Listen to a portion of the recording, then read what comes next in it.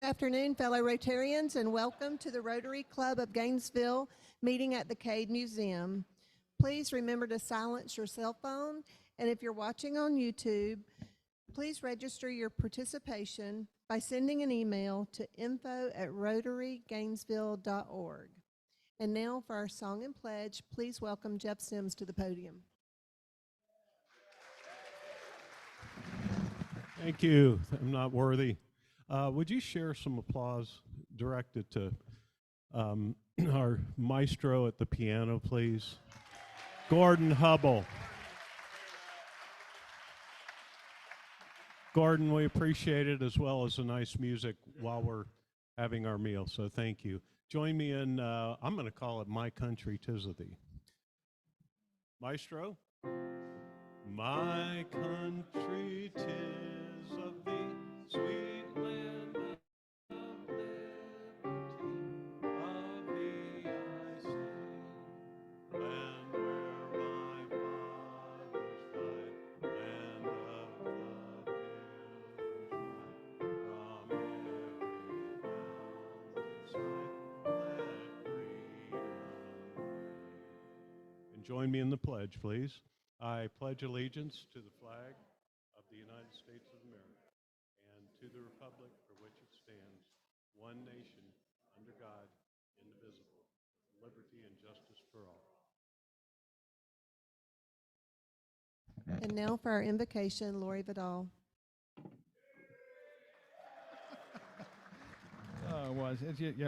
I'll actually talk about this in the prayer. You guys are feisty out here today, I tell you. All right, let's pray together. What a joy to again experience the change of seasons as we begin to feel the fall of the temperature. The order of life cries out to proclaim a designer as we drink in the refreshing change of seasons. Thank you for the seasonal re-energizing we feel that motivates us to get out, to go, and to do. We're thankful again today as we gather to enjoy the benefit of having an entity like the Museum of Natural History make us more mindful of the beautiful world you have given us to manage and maintain. I pray in your refreshing name. Amen.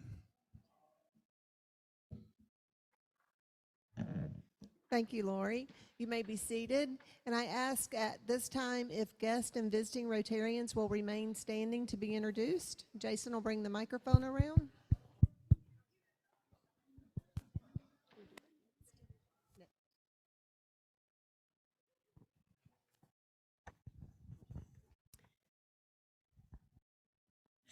Okay, we've agreed on this.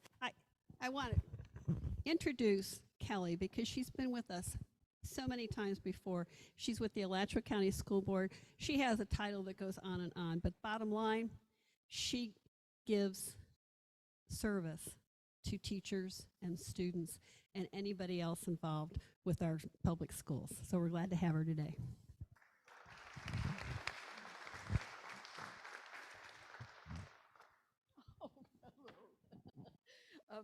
I want to introduce my daughter-in-law, Rebecca Franco Chalmers, who is an attorney, but actually she's an artist, so she doesn't do much attorneying. I want to introduce my son, Henry Chalmers. Some of you already know him, born and raised here. He is an attorney practicing up in Hotlanta, which is really Atlanta, but I think of it as Hotlanta. So I'm trying to talk him into becoming a Rotarian, so be nice to him. Very good.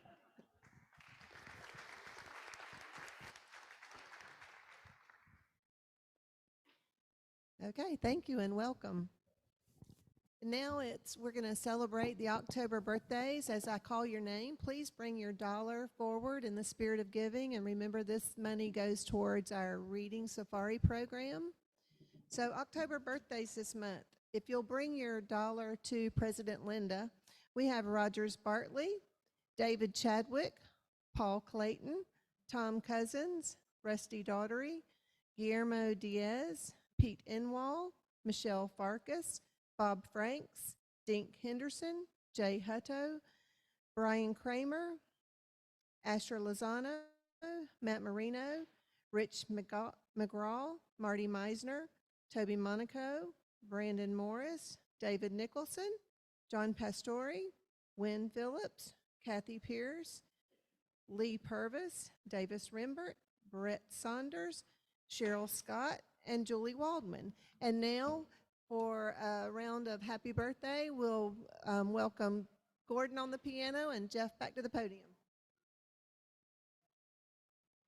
Oh, a lot of birthdays, October. Let's see, I was trying to go backwards to see what month that was. That was so much fun. Gordon, if you will, please. Happy birthday to you. Happy birthday to you. Happy birthday, dear Rotarians. Happy birthday to you. Thank you, Jeff. And now for a poem, John Gregory.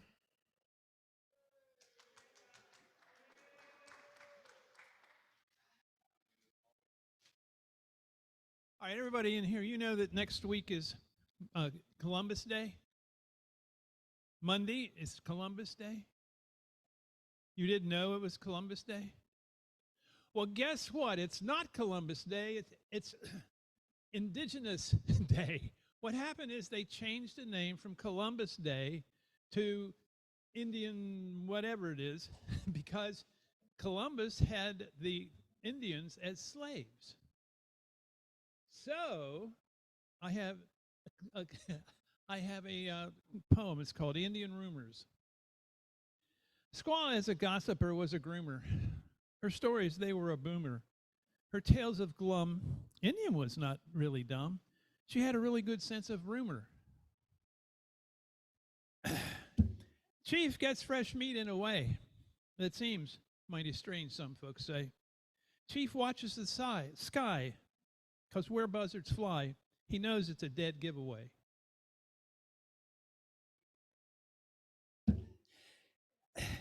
Indian chief will evade us by a glance. So we all need to take a stance. Hard work is said, never made anyone dead. But why do you ever take a chance? One more. Yay. Our glasses we raise to Chief Putter, who's been an Indian brother. Oh, lordy, to replace him foolhardy. Just like a bull, there's no udder. Thank you. Thank you, John. Always entertaining. And now to follow that up, David Nicholson. They'll always put me behind a great axe. I'm going to condense this for Reader's Digest because I was told to hurry right on through this. As a member of the club's Ethics and Business Award Committee, I want to encourage club members to consider making a nomination of a business or business owner worthy of this prestigious award. The Ethics and Business Award has been issued each year since 2011 in conjunction with the Greater Gainesville Chamber of Commerce. This award honors and recognizes individuals and businesses in the community that amplify the ideals of Rotary by consistently distributing strong commitment to the highest ethical practices in all facets of their business. Award is different from the Service Above Award, which is issued to the individual for their service to the community, as opposed to the Ethics and Business Award, which is issued for the business or business owner's high ethical practices. The strength of the award is in the nominees. Ask yourself, who within your network would be appropriate to nominate? Download a nomination form from the web or contact Scott Wessler, chairman, who can email you a form. Though club members are encouraged to make nominations, anyone can make a nomination. Club membership is not a requirement. Talk this up at any meetings you have with your friends and neighbors. The deadline for submission of nominations is November the 3rd. Ambassadors from the Warrington School of Business, who will make a recommendation to the committee after interviewing each nominee. The award will be announced at the club in January 2024 and at the Chamber of Commerce annual meeting in February. Submit complete nominations to Committee Chair Scott Winsler. Thank you for your time and attention. Thank you, David. And now I'll bring up Helen Gilstrom for an announcement.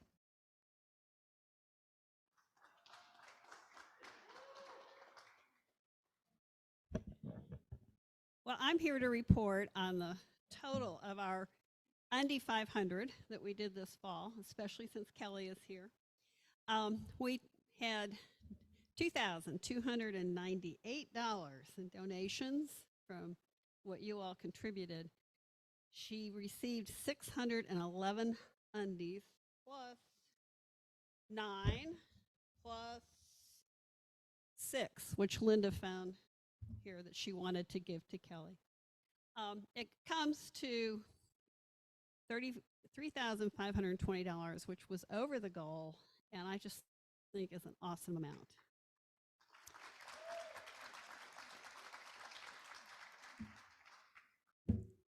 You know, working with this group, it's just, all I can say is thank you. You're all so supportive, and I know Kelly feels the same way. And I want to thank the committee who helped me, Jenny Van Hart, Marcia Kiner, Iffy, I can't say your last name, and Hawes Adams. And the 4 of them were a great help to us. So, Kelly, if you want to come up and get your more underwear. Yes.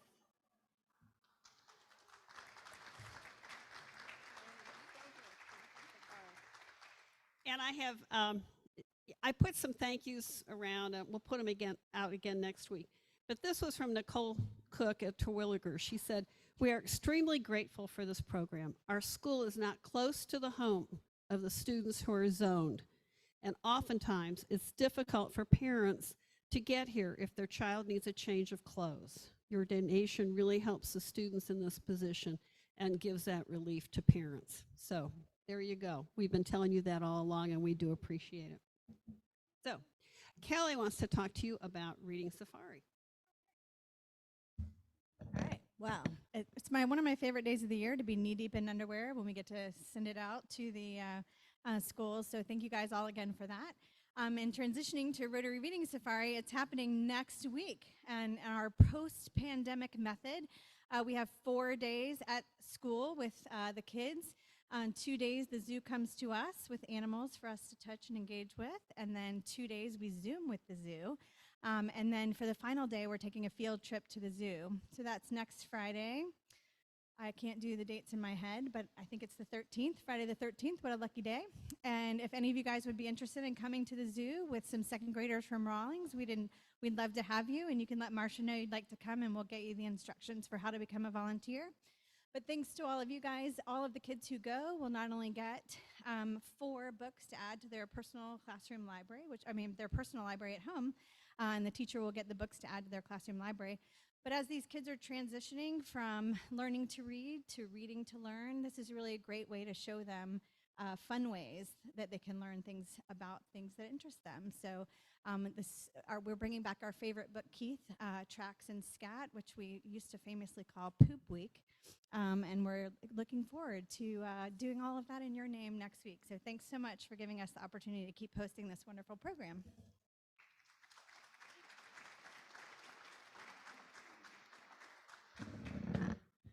I have one more commercial. The Grateful Rotarians will be back in December when we do our annual Bread of the Mighty Food Bank drive. Right now, we're inviting anyone who would like to make any challenge grants or go together with others to join challenge grants. We found last year that was kind of fun and added a lot to what we did for the Bread of the Mighty. So, enough of that. Thank you. Thank you, Helen and Kelly. These are more examples of all the good that you all help accomplish. And now, help me welcome to the podium our president, Linda Reinhardt.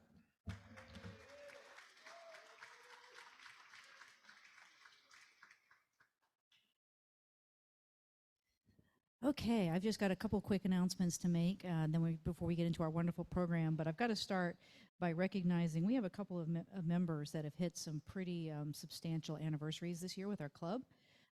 Richard Allen, Tony Barr, and Buddy Irby have all been members for 20 years as of this month in our club. So thank you to these individuals for their long-standing service with the Rotary Club of Gainesville. I also want to let you guys know, remind you about a couple of events coming up. First of all, the Pints and Pedals for Polio, October 21st. There'll be information in the newsletter about that, but that's coming up and to raise money for our polio, in honor of World Polio Day, which is coming up. Then also you'll see some flyers around. The Greater Gainesville is hosting a fun event on Monday, October 30th. It's a murder mystery event fellowship. They've extended it to our club if we want to join them. I plan on going. It should be a fun evening to just kick back and relax and, maybe find yourself the victim of a murder throughout the night. So with that, I'm going to bring up Lisa Mueller to introduce today's speaker.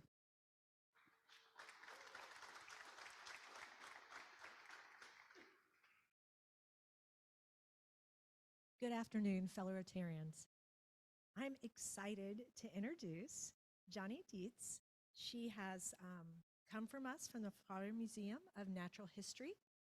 Jonnie completed her master's degree at the University of Florida in public health with a focus on insect vectored diseases. Now, after working in research, her love of sharing science led her to the museum field. Museums offered an opportunity to share valuable research with a large audience in a creative and compelling way. She has worked as an exhibit developer for the Florida Museum for over 8 years, and she says she learns something new with each and every project. Today, Ms. Deitz is going to tell us about the Water Shapes Florida. It is the new permanent exhibit at the Florida Museum of Natural History. So please, everybody welcome our speaker, Ms. Deitz.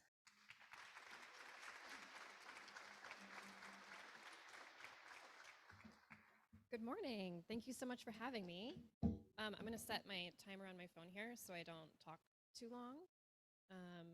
So excuse me for just a minute. Okay. So yes, I am an exhibit developer at the Florida Museum of Natural History. And does anybody want to raise their hand if they have not been to the Florida Museum so I can publicly shame you amongst your friends? No? Okay. Well, hopefully you all have been to visit us. And if you have not, hopefully you'll come soon. A lot of big changes happening at the museum, one of which I'm going to talk to you about today, which is our latest permanent hall renovation. It was North Florida ecosystems and waterways, and we're now turning it into the story of Florida water.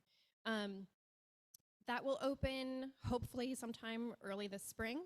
And actually, so as an exhibit developer, just a little bit of background, I work at the museum, and all of the exhibits that we produce, I typically have some hand in. And so as developers, we help come up with the ideas. We talk to our scientists, we talk to our visitors, what do you want to see?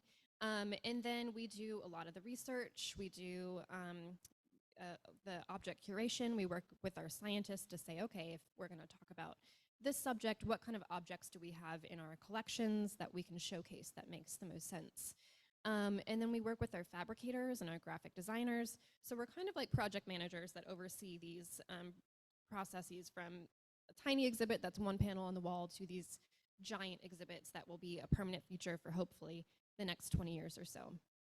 And so our lead content developer on this exhibit, I will tell you, she is actually in Boston right now with our exhibit director and our museum project manager. And they are meeting as we speak with our media group that is leading this water project. And so all of the cool media that you're going to see when you do finally come visit us, when the exhibit opens, will be because of this group that they're meeting with today. They're working out the final tweaks, and it's going to be pretty cool. And I will talk to you about some of those media pieces as we walk through the exhibit.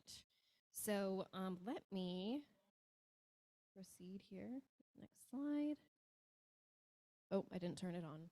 Okay, well, I should be in that media meeting, apparently. There we go. Okay, so Florida Museum, we've been around for over 100 years at this point. 2017 was our 100-year anniversary. We are the state natural history museum Museum, and we've always been here in Gainesville.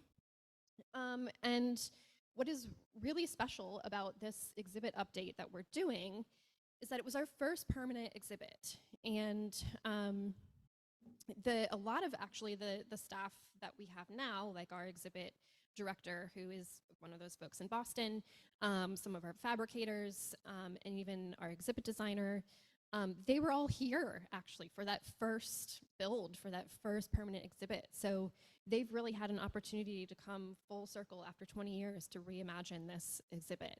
And so the exhibit that we're talking about can you guys kind of visualize the cave, that exhibit with the big cave? Okay, yeah, so super iconic. Don't worry, the cave isn't going anywhere. It's staying. But because it's 20 years old, it needed a little bit of a makeover. And we recognized as the State Natural History Museum that this is a really huge opportunity for us to focus and on something that is really important to Florida, which is the story of water, and arguably one of our most important resources, right? And so as a museum, we can focus on water in a really kind of compelling way that hopefully will inspire our next generations to be stewards and towards conservation for water. Because water is a tricky subject, right? It's just accessible. It's part of our daily lives. But the ins and outs and our relationship with it and how we use water and how water cycles, that's not always intuitive. It's just, you flip your faucet on and there it is. So we want to talk a little bit more about water and how important it is and integral to Florida. So this is basically everything I just said. So yeah, early 2024, so pretty soon. And this is as you're walking into the museum, and you can see up top there where it says Northwest Florida, if you haven't been in a while or you've not been, just to give you a visual. Behind that wall where the mammoth is, that's where that exhibit is that's being redone. And so the iconic cave, this is where I want to reassure everybody. I think we would have had to close our doors if we had told our local Gainesville residents that we were taking out the cave, because when people heard that we were updating the exhibit, we were getting calls, we were getting emails, what about the cave, what about the cave? But the truth is, actually, the cave was part of the inspiration for this exhibit update. A, to be perfectly honest, it's structural and it would have been really hard to get out of there. But B, it's also the perfect platform to talk about Florida water and our really unique geology here, down into the aquifer and the fresh water beneath our feet. So it will be given a facelift. It's really dark in there right now. We'll have new media in there. We'll have like new casework, new lighting. So it's gonna look even better than it already does, even better than you remember. But it really is kind of like the anchor for this upcoming exhibit that really talks about the Florida and the water and our geology. And I'm gonna walk through actually this is what we call our design packet from our Healy Kohler Design, who is helping us design the exhibit. And some of these renderings are quite close to what the actual space is gonna look like. Some of them are a little outdated, but it will give you an idea of what you can expect to see when you come visit. Okay, so this is a bird's eye view. You're looking down on top, as if you were looking down on top of the exhibit. And I'm gonna walk through each of these areas just to give you an overview of what's gonna be in each area and what you can expect and look forward to. Okay, so the intro. Right now, when you walk into the exhibit, you walk into this big, beautiful, immersive hammock space. And that's not going anywhere, but we're going to have new lighting, updated rails, updated kind of an immersive experience. So it's gonna feel even more like you're really in that hammock environment. But in order to get to that hammock environment, we're adding an intro cabin, which is really modeled after real research cabins.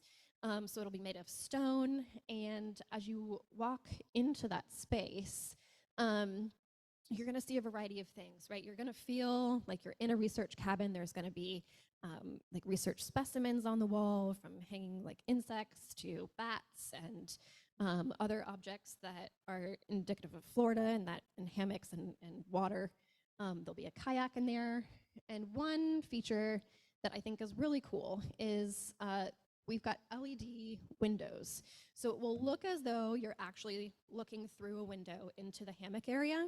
But this is where our water story really begins, right? Because it's actually an LED screen. And as you go in there, it will kind of start to sprinkle outside. And as the water comes down, it will give you a little bit of information about, okay, you're in the environment, and now we're starting to tell the story of water. And this whole exhibit will be bilingual, so English and Spanish. That is really, we're really excited about that moving forward. So there will be some content on the screens, but it's really gonna make you feel like you're in that cabin and it's starting to rain and start to really make you think about water and that cycle coming down. And then you're gonna step into the hammock. And again, the hammock is gonna be relatively the same. And so I was talking earlier to folks about how, their kids have always knew where every single animal was and every frog and the raccoon and the bobcat. And so a lot of that will still be there, those cool little things that you see new things every time you come back. But we're gonna have slightly more of a focus about the water story. And so of course you'll enter the cave, and I really don't like this rendering because it's really underwhelming to me, but we're gonna add some screens in there. So right now there's really no technology in there. It's basically just panels and some objects. And at this point, we'll be able to kind of look down into the spaces and a few of the spaces in the cave as if you're looking into what has become a wet cave. So after it's rained, the water has risen, and you'll see some water, you'll see some divers swim by. And a group actually went out just a few weeks ago to do the filming for that, and that's filmed all here in Gainesville or the surrounding area with the springs. So it's gonna add a little bit of an element of sort of making it come to life a little bit more and remind you, again, of that water story. And so the water lab, and this is where you really get to have that explorative, hands-on experience. So especially for our young visitors who wanna come in and they want to learn and they learn in a hands-on way, this is where they're gonna have a lot of fun. And so basically we're gonna have, what I would like to say about, I think, this exhibit, it's done a really good job of integrating technology and media alongside your traditional hands-on learning. It's kind of an arms race for museums, especially natural history museums, right? And science museums, because technology is becoming more and more integral to everything that we do. Media pieces. Anytime a kid comes into the museum and they see a screen, they just start doing this, even if it's not a touch screen, because it's such an integral part of their lives. But at the same time, we have visitors who tell us, hey, we don't come to your museum for the screens, right? Like, we've got screens at home. I'm here because I want to get my kid away from the screen. I have a 4-year-old. I can relate. Like, he loves being in the discovery zone and touching everything, coming home with germs. No, I'm kidding. So I think I'm really proud of how the museum has taken this exhibit and done a really great job of integrating the two and using technology to enhance experiences, but not relying on it to be the main form, the main teaching tool. So there will be some screens in there that you can scroll through and see all of the kind of wildlife that depends on water, some of those really critical species, those keystone species in Florida, some of which I think will be really recognizable, and then some other kind of obscure stuff to pique interest. But we're also the Natural History Museum, right? We have over 18 different collections with over 40 million objects. So we want to make sure that our story of water is still really closely integrated with our collections and natural history. So this is where we're going to showcase a lot of our objects and our specimens, and some of them will be hands-on on the counters, some of them will be in drawers, so really that interactive place, under scopes that you can magnify things and really learn more about the objects and the specimens and the species, both past and present, associated with our water systems. And, Florida, obviously, we have huge coastlines. A lot of the water story, since we're in Central Florida, is going to focus on fresh water. So less so coastal ecosystems. This exhibit will really focus on freshwater springs and the aquifer. We'll also have our bespoke aquifer model, which I'm really excited about because learning about what's under your feet can be a really hard concept for people to understand, especially kids and families. And so there'll be this huge kind of wall-sized aquifer cross-section that you can look at with push buttons that will light up, and you can see how everything that's happening on the surface where we are relates to all of the fresh water underneath our feet. The next is what we call the Florida Springs Gallery. But really, this is going to be kind of our iconic media piece. And who's been glass bottom boat rides in Silver Springs? Most of us, right? Yeah. If you haven't, it's really great. Go do it. And we worked really closely with Silver Springs, and the glass bottom boat, they actually, with fortuitous timing, were updating their boats to create an ADA, an accessible boat. So now they will be wheelchair accessible, and they gave us their plans for those boats and said, here, take our plans. And so we're creating our own kind of ADA accessible Springs boat. And you're thinking, okay, well, you're not actually on the water, so what does this mean?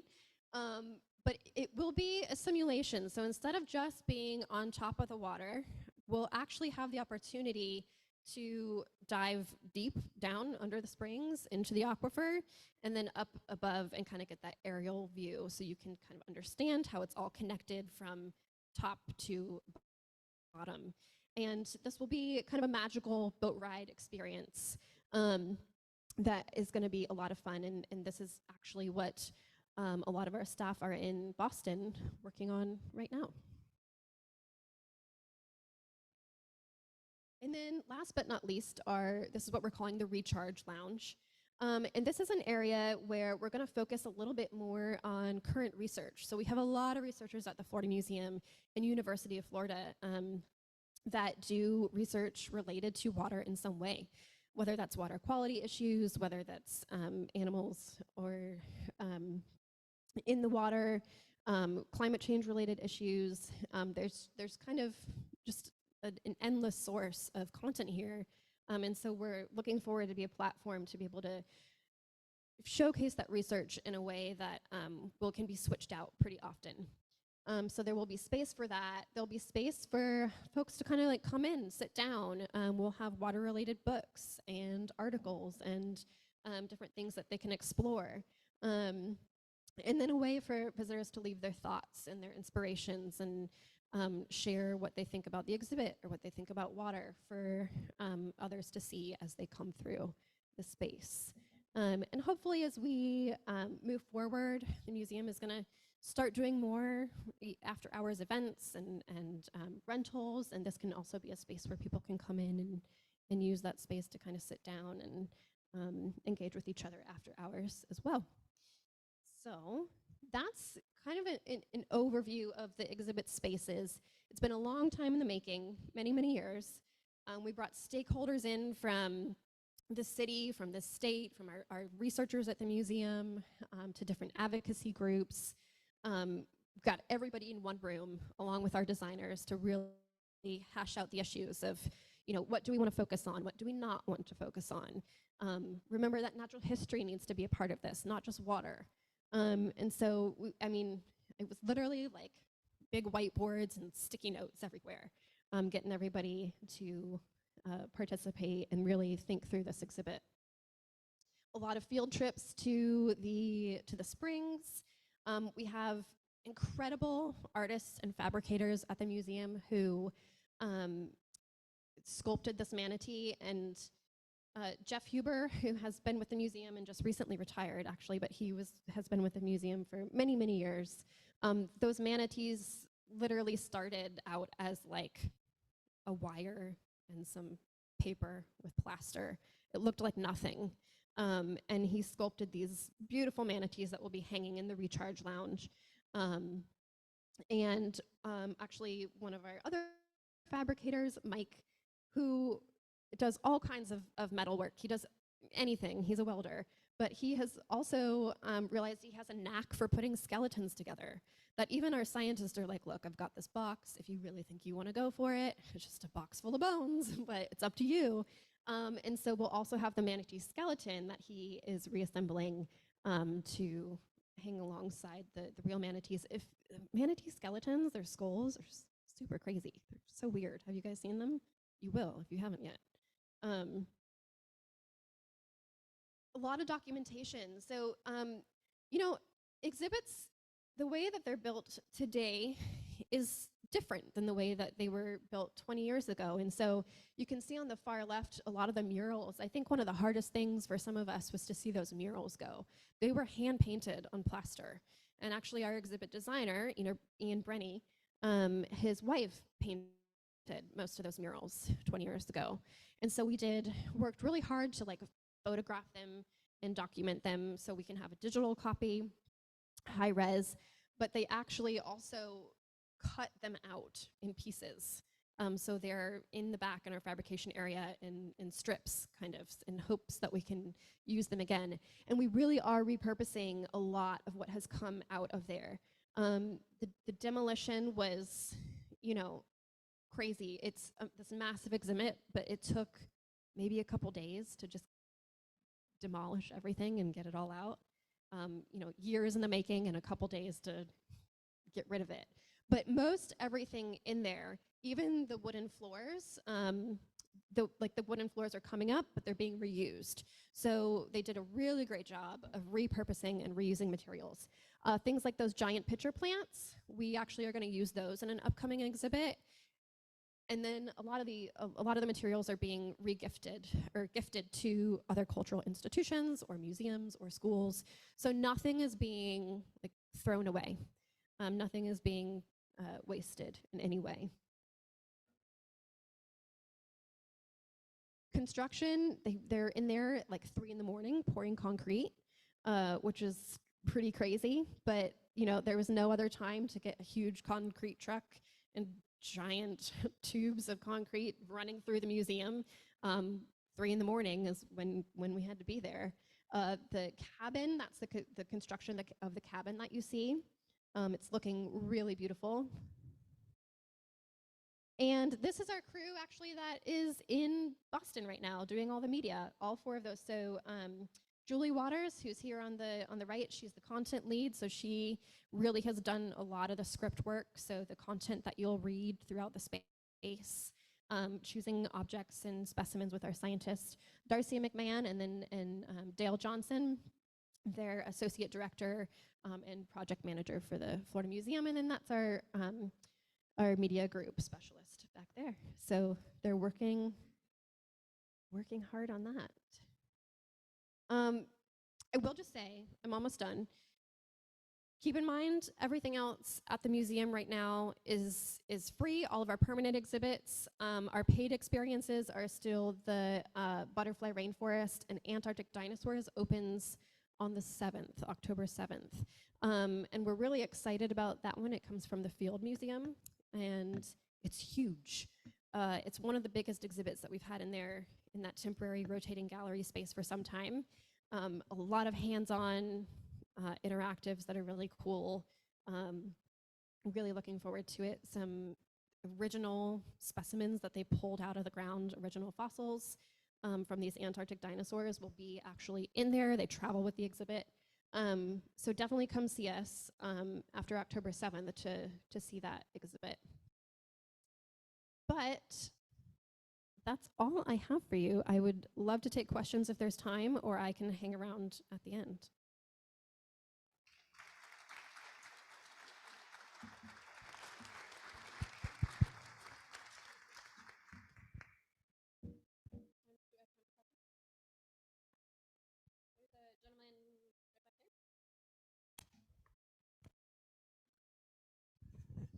Hi there. Is it all state funded, or where is all the funding coming from? Yeah, great question. A lot of it is funds that were that were raised from our development team, so it's not all state funded. I can't give you a great answer of where the breakdown of the funds. Duke Energy donated some. Rotary Club actually donated a small amount as well, I believe. But it's primarily fundraising from the museum, though. Yeah. I'm curious as to the advertising budget to spread the word, to let people know that this is here in Gainesville and some really exciting stuff. And I'm very impressed. And but do you guys? So we've been doing quite a bit of marketing, kind of along the way. So when we would get big grants that would come through, those we would have a press release for. And our marketing team does a great job of, doing different press releases, social media, getting the word out that way. As far as our budget for that, I have no idea. Could not answer that, but we're doing as much as we can and partnering with other institutions and groups, a lot of those stakeholders that we originally partnered with. So like city partners and state partners, they're also helping us get the word out with their audiences as well. So, and we'll have a big opening celebration. The moving date is still a bit of a moving target. We know it will be early spring 2024, but once that date is set in stone, I think the marketing will really ramp up. Does the exhibit deal with any of the issues of like saltwater intrusion, human impact on the quality and the water flow in the springs? Yeah, it does, and it definitely is something that we're passionate about including. And it's a balance, right? Because you don't want your visitors to come in and leave depressed because our waters have a lot of issues, right? And there's a lot of threats to our waters. So I think our content developer has done a great job of addressing those issues, and even talking about, individual actions that you can take or ways that are, like our scientists, what they're doing to counter those issues. But yes, water quality, water supply, a little bit about saltwater intrusion, and I'm racking my brain. There's quite a few from, in things like runoff pollution. They touch on a lot of those different issues, yeah. Yes, sir. Ed Ellett, there's a High Springs business called ThemeWorks that I know does some work for museums on their the dinosaur pictures and some of the sets. Do y'all do anything with them locally? Yeah, we have worked with ThemeWorks quite a bit, and I don't know that I don't believe they were a part of this exhibit renovation, but we have certainly worked with ThemeWorks in the past. Yeah.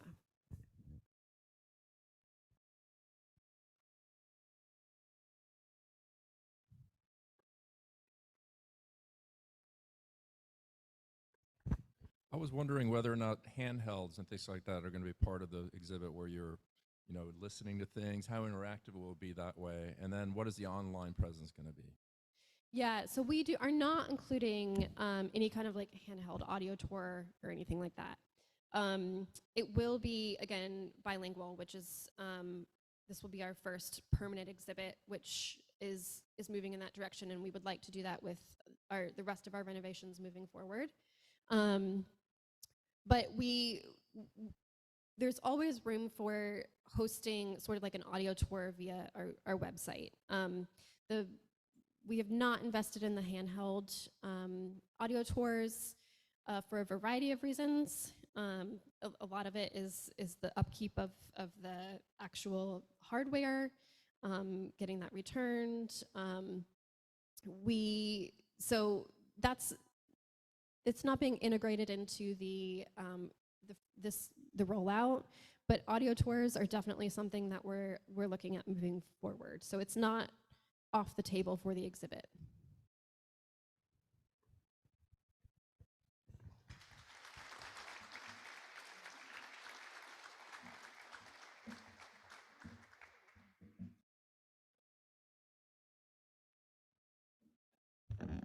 Just want to thank Jonnie for her time today and the presentation, and in honor of you being here, we're going to make a donation to the Road of the Mighty Food Bank in your honor. So, do that. And